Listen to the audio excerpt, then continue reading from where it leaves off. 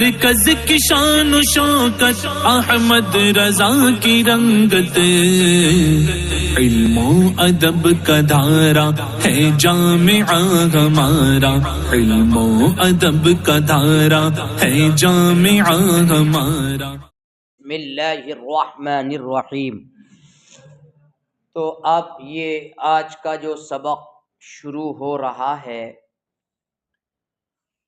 گزشتہ سبق میں وَلَوْ جَاءَ إِنسَانٌ إِلَى مَوْلَى الْعَبْدِ یہ عبارت آئی تھی، اور یہیں سے اس مسئلے کا آغاز ہوا تھا، اور پھر نیچے وَلَوْ أَخَذَهُ رَجُلٌ فَجَاءَ إِلَى مَوْلَاهُ یہ بھی صورت ذکر کر دی گئی تھی۔ اور پھر آج کے سبق میں صاحب کتاب یہ بیان فرمانا چاہتے ہیں کہ اگر اس غلام کو واپس کرنے کے لیے گرفتار کیا، پکڑا، مقصد یہ ہے پکڑنے سے کہ اس کو اس کے مولا کی طرف لوٹا دیا جائے گا، لیکن اس پر شاہد نہیں کیا، اس نے گواہ نہیں بنایا کسی کو، تو ایسی صورت میں جو مشہور اختلاف گزشتہ اسباق میں گزرا، امام اعظم رحمہ اللہ اور صاحبین رحمہم اللہ کے درمیان جو مشہور اختلاف گزرا، اسی مشہور اختلاف پر اس کو بھی محمول کیا جائے گا۔ اور وہ مشہور اختلاف یہ تھا کہ اس غلام کو جیسے ہی اس نے پکڑا واپس کرنے کے لیے، تو امام اعظم رحمۃ اللہ تعالی علیہ کے نزدیک جب یہ عقد ہوا تھا اس غلام کا، تو عقد کے بعد اس پر قابض شمار کیا جائے گا، اس کو یعنی قبضہ کرنے والا مانا جائے گا، اور یہ قابض ہو جائے گا عقد کے بعد۔ اور دلیل یہ پیش کی کیونکہ یہ قبضہ امام اعظم کے نزدیک قبضہ ضمان ہے، اور قبضہ ضمان کی بنیاد پر انسان اس پر قابض ہو جائے گا، اور صاحبین کے نزدیک یہ اسی صورت میں قابض ہوگا جب کہ اس تک وصول متحقق ہو۔ کس تک ہے؟ مطلب کس نے کہا؟ صاحبین نے یہ فرمایا کہ یہ اسی وقت قابض ہوگا جب کہ غلام تک وصول متحقق ہو۔ انہوں نے یہ دلیل پیش کی ہے کہ یہ قبضہ قبضہ امانت ہے صاحبین کے یہاں، تو قبضہ امانت ہے، لہذا عقد کے بعد فوراً قابض نہیں مانا جائے گا تا وقتے کے وصول اس تک نہ ہو، کیونکہ قبضہ ضمان میں فوراً قابض مانا جاتا ہے، اور یہ ہمارے یہاں یعنی صاحبین کے یہاں قبضہ ضمان نہیں ہے بلکہ قبضہ امانت ہے، اور قبضہ امانت میں قبضہ اس وقت متحقق ہوتا ہے جب تک وہ غلام تک پہنچے نہ، پہنچ گیا تو قابض مانا جائے گا۔ اور صاحب کتاب نے تو اب یہاں انہوں نے یہ کہا کہ یہ تفصیلی مسائل اگر آپ کو دیکھنا ہے تو کتاب الاباق اور لقطہ میں ملیں گے، تو کتاب الاباق اس میں ہے، آگے ہے، اور دوسری کتابوں میں اور کتاب اللقطہ میں لقطے کے مال کے سارے مسائل اس میں ہیں۔ اور ایک مسئلہ نیچے اور متفرع فرمایا، وہ یہ ہے کہ اسی مشہور اختلاف پر جو ابھی گزرا، اس پرندے کی بے کا بھی مسئلہ نکالا جائے گا جو پرندہ اس کے قبضے میں تھا اور اڑ گیا، بیع و شراء ہو گئی تھی، پرندہ قبضے میں تھا بیچنے والے کے، لیکن بیع و شراء کے بعد کیا ہوا، وہ اڑ گیا۔ اب یہاں جو قبضے میں تھا پرندہ اور اڑ گیا تو ظاہر الروایہ کے اعتبار سے یہ بے منعقد نہیں ہوگی، اور امام شافعی رحمۃ اللہ تعالی علیہ نے جو ذکر کیا ہے اس قیاس پر یہ بے منعقد ہو جائے گی۔ امام شافعی کے یہاں یہ بے منعقد کیوں ہے؟ دوسرا مسئلہ یہ ذکر کیا ہے کہ کوئی مچھلی تھی، اس مچھلی کو پکڑ لیا، پکڑ کر اس کو باڑے میں ڈال دیا۔ حظیرہ وہ باڑا کہلاتا ہے کہ جہاں جانور سردی وغیرہ سے بچنے کے لیے باندھے جائیں، اس کو اصل حظیرہ کہا جاتا ہے۔ اور مچھلیوں کا بھی حظیرہ ہوتا ہے، مطلب اس میں یہ فرق ہوتا ہے کہ پانی بھی رکھا جاتا ہے، چونکہ مچھلی کس کا جانور ہے؟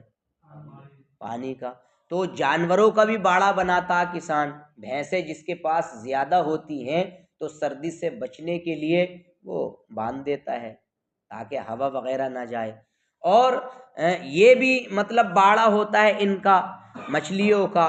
تو مچھلی کو پکڑ لیا، پکڑ کر باڑے میں ڈال دیا۔ اب چاہے مطلب وہ مچھلی باڑے سے نکلنے کی سکت رکھتی ہو یا باڑے سے نکلنے کی سکت نہ رکھتی ہو، تو اب اسی مشہور اختلاف پر مطلب یہ ہے کہ اس مچھلی کی بیع و شراء کو بھی مطلب محمول کیا جائے گا، اور یہ کہا جائے گا کہ اگر اس مچھلی کو بنا کسی شکار کے اس کو پکڑنا ممکن ہے تو بنا کسی اختلاف کے اس مچھلی کی بیع جائز ہے، کیونکہ وہ مقدور التسلیم ہے، اس کو سپرد کرنا مقدور ہے۔ تو جب اس کی بیع و شراء جائز ہے تو ایسے ہی ہم جس میں چل رہے ہیں تو بیع کا حکم بھی یہی ہوگا۔ اور اسی پر مسئلہ ایک اوپر والا بھی نکالا کہ تھن میں موجود دودھ ہے، تھن میں جو بھینس وغیرہ کا تھن ہے اس میں لبن کی بھی اسی پر نکالی جائے گی۔ بھائی اسی اختلاف پر لبن جو ہے وہ تھن میں ایک دفعتاً واحدہ جمع نہیں ہوتا ہے، بھینس کے تھن میں جو دودھ ہوتا ہے وہ ایک مرتبہ میں ایسے ہی نہیں آتا کہ ایک مرتبہ میں جتنا دودھ دینا ہے بھینس کو وہ دودھ مطلب جمع کر لیا، بلکہ تھوڑا تھوڑا تھوڑا تھوڑا وہ آتا رہتا ہے۔ اب کسان نے، بھینس والے نے نکال لیا، اس کے بعد پھر اسے تیار کرتا ہے تو پھر وہ دودھ لاتی ہے، تھوڑی دیر کے بعد پھر آ جاتا ہے، اور کبھی کبھی چڑھا بھی جاتی ہے دودھ، وہ یہ بھی ہوتا۔ بھینس جو کھڑی ہے اگر کسان نے مارا ہے اسے ڈنڈے سے، غصہ اسے بھی آتا ہے، تو وہ کیا ہوتا ہے کہ لو اب دودھ لے لو تم، تو وہ چڑھا جاتی ہے دودھ، اور دودھ پھر اور مارتا غصے میں جو جاہل کسان ہوتا، جبکہ مارنا نہیں چاہیے۔ تو دودھ جو مبی غیر مبی سے اس طریقے پر مختلف ہو رہی ہے کہ دونوں کے درمیان تمیز متعذر ہو رہا ہے، یعنی جو بھینس کے تھن میں جو دودھ پیدا ہو چکا ہے، جمع ہو چکا ہے، وہ تو مبی ہے، اور جو ابھی آئے گا وہ ابھی مبی ہے کیا؟ وہ تو معدوم ہے نا ابھی۔ تو اب ان میں تمیز کر سکتے ہو آپ؟ یہ ایسے ہی ہے جیسے کنویں کے سوتے کھلے ہوئے ہوتے ہیں، کنویں میں پانی نیا بھی تو آتا ہے اور موجود پانی بھی ہوتا ہے، تو اب تمیز مشکل ہے، لہٰذا مبی معجوز التسلیم ہے بے کے وقت، یعنی یہ بھی تو شرط تھی کہ بے کے وقت اس میں سپردگی سے عجز نہیں ہونا چاہیے، اگر عجز ہے تو منعقد نہیں ہوگا۔ اور ایسے ہی حال ہے اون کی بیع و شراء کا، کہ بکری کی کمر پر اون ہے، جو ہوتا میڑے اس کا ہی تو کمبل بنایا جاتا، اس کے بال کو کہا تو اسی پر بیع و شراء مطلب کر دیا، بھائی اس کے اتنے 4 بکریاں میں ان کو خریدتا ہوں، ان کے بالوں کو، جو اون ان سے بنائی جاتی ہے، تو یہ بھی نہیں جائز ہوگا ہمارے یہاں۔ کیوں؟ اس لیے کہ یہ ساعتن فساعتن نمو ہوتا ہے ان کا، جیسے بکری یعنی تھن میں دودھ کی طرح ساعتن فساعتن، ابھی یہاں تھوڑے آئے، ابھی یہاں بھیڑ کا بچہ لا کر کے دیکھ لو، ایک دم نہیں ہوتا ہے، لہٰذا اب موجود عقد کے وقت حادث سے مختلف ہو جائے گا، جو موجود ہے، جو اس کے بعد حادث ہوا ہے موجود کے بعد، ایسے طریقے پر مختلف ہو رہا ہے کہ دونوں کے درمیان تمیز کیا ہے؟ متعذر ہو رہا ہے، لہٰذا یہ مطلب اس کو بھی سپرد کرنا کیا ہو جائے گا، یعنی کاٹنے کے ذریعے اور اکھاڑنے کے ذریعے کیا ہو جائے گا، یہ یعنی متعذر ہو جائے گا، اکھاڑنے کے ذریعے بھی اور کاٹنے کے ذریعے بھی، اور یہ عقد کے ذریعے مستحق اس چیز کا اس کو نہیں مانا جائے گا۔ اس بنیاد پر یہ بیع و شراء بھی ہمارے یہاں جائز نہیں ہوگی۔ اور دوسرے لوگوں کے یہاں کیا ہے، وَلَوْ كَانَ أَخْذُهُ لِيَرُدَّهُ أَخَذَهُ، اور اگر اس کو واپس کرنے کے لیے پکڑا، وَلَكِنَّهُ لَمْ يَشْهَدْ عَلَى ذَلِكَ، لیکن وہ مطلب اس پر گواہ اس نے نہیں کیا، فَهُوَ عَلَى الْاخْتِلَافِ الْمَعْرُوفِ بَيْنَ أَبِي حَنِيفَةَ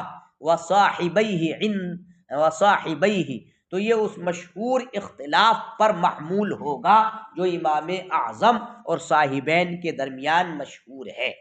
عند ابی حنیفہ علیہ الرحمہ یصیر قابضا له عقیب العقد،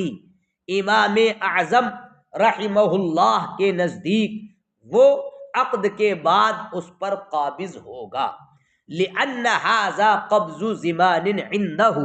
اس لیے کہ یہ ان کے نزدیک زمان کا قبض ہے، وعندهما لا يصير قابضا الا بعد الوصول الیہ، اور صاحبین کے نزدیک وہ قابض نہیں ہوگا مگر اس تک پہنچنے کے بعد ہی، لأن هذا قبض امانت عندهما، اس لیے کہ یہ صاحبین کے نزدیک قبض امانت ہے، اور یہ مسائل کتاب الاباق واللقطہ کے مسائل ہیں۔ وعلى هذا بيع الطائر الذي كان في يده بطارا، اور اسی پر اس پرندے کی بے کو محمول کیا جائے گا، اسی اختلاف مشہور پر، اختلاف مشہور پر یہ ہے کہ تفریع کی جا رہی ہے، وعلى هذا یخرج مقدر ہے، یعنی اسی شرط پر کہ عقد کے وقت مبیع کا تسلیم کرنا مقدور ہو، قدرت میں ہو، اسی شرط پر اس پرندے کی بے کو بھی نکالا جائے گا جو اس کے ہاتھ میں تھا پرندہ، وطارا، اور کیا ہو گیا، فر ہو گیا۔ اس کا ترجمہ کیا کر سکتے ہیں، فر ہو گیا، کیا مطلب، اڑ گیا۔ کیا مسئلہ ہے، انہ لا ينعقد فی ظاہر الروایہ، کہ ظاہر الروایہ میں یہ منعقد نہیں ہوگا۔ وعلی قیاس ما ذکرہ الشافعی رحمہ اللہ ينعقد، اور جو امام شافعی نے ذکر کیا اس قیاس پر کیا ہے، یہ منعقد ہو جائے گا۔ تو امام شافعی کا قیاس بھی الشافعی، اور اس قیاس پر جو امام شافعی نے ذکر کیا رحمہ اللہ ينعقد، بے منعقد ہو جائے گی۔ وعلی ھذا، اور اسی پر نکالا جائے گا اس مچھلی کی بیع و شراء کا مسئلہ جس کو پکڑ لیا ہے پھر باڑے میں ڈال دیا ہے، چاہے اس سے نکلنا اس کی سکت میں ہو یا نہیں، بات اس کے کہ وہ اس کو بغیر شکار کے پکڑنے پر قابو نہیں پاتا تھا۔ تو فرماتے ہیں وَإِن كَانَ يُمْكِنُهُ أَخْذُهَا مِنْ غَيْرِ اصْطِيَادٍ، اور اگر اس کو پکڑنا ممکن تھا بغیر شکار کے تو اس کی بیع و شراء بلا خلاف کیا ہے، جائز ہے، کیونکہ وہ مقدور التسلیم ہے، یعنی اس کو سپرد کرنا ممکن ہے، کزل بیع، تو اس کی طرح بیع و شراء کا ہی مسئلہ ہے۔ وعلی ھذا یخرج بیع اللبن فی الضرع،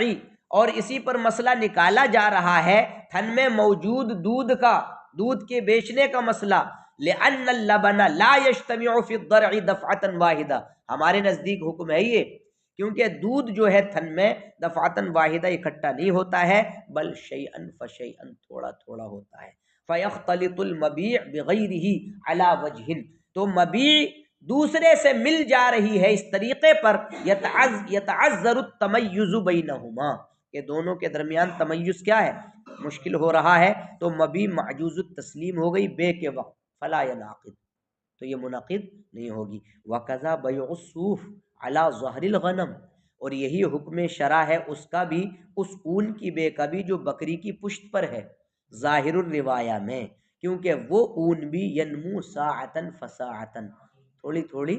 بڑھتی ہے، تو موجود عقد کے وقت موجود مل رہا ہے، عقد کے بعد پیدا ہونے والے سے اس طریقے پر مل رہا ہے کہ ان دونوں کے درمیان تمیز ممکن نہیں ہے، تو یہ اکھاڑنے کے ذریعے، اکھاڑنے کا مطلب اصل کو نکالنا، جڑ سے اکھاڑنا،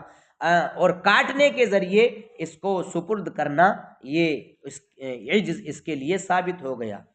سپردگی میں عجز ثابت ہو گیا، اور عقد کے ذریعے یہ اس کا مستحق نہیں ہوا۔ اور حضرت عبداللہ ابن عباس رضی اللہ تعالی عنہما سے روایت بھی ہے کہ نبی کریم صلی اللہ علیہ وسلم سے روایت یہ آئی ہے، آپ نے بکری کی پشت پر اون کی بے سے ممانعت فرمائی۔ اور امام ابو یوسف سے روایت یہ ہے کہ آپ نے اس کی بے کو جائز قرار دے دیا اور اس پر صلح کو جائز قرار دے دیا، لأنہ یجوز جزہ قبل الذبح، کیونکہ اس کا کاٹنا اور کترنا ذبح سے پہلے کیا ہے؟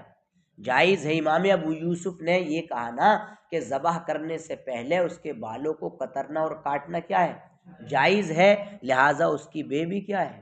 جائز ہے۔ اور انہوں نے قیاس کیا قصیل فی الارض کی بے پر۔ قصیل وہ کھیتی کہلاتی ہے جو ابھی تیار نہیں ہوئی ہے۔ تو امام ابو یوسف نے یہ کہا زمین میں اگر وہ کھیتی ہے جو ابھی تیار نہیں ہوئی ہے تو جیسے اس کو کاٹ کر بیچنا جائز ہے، اس کی بے جائز ہے، ایسے ہی بکری کی پشت پر اون کی بے کا بھی مسئلہ جائز ہو گیا۔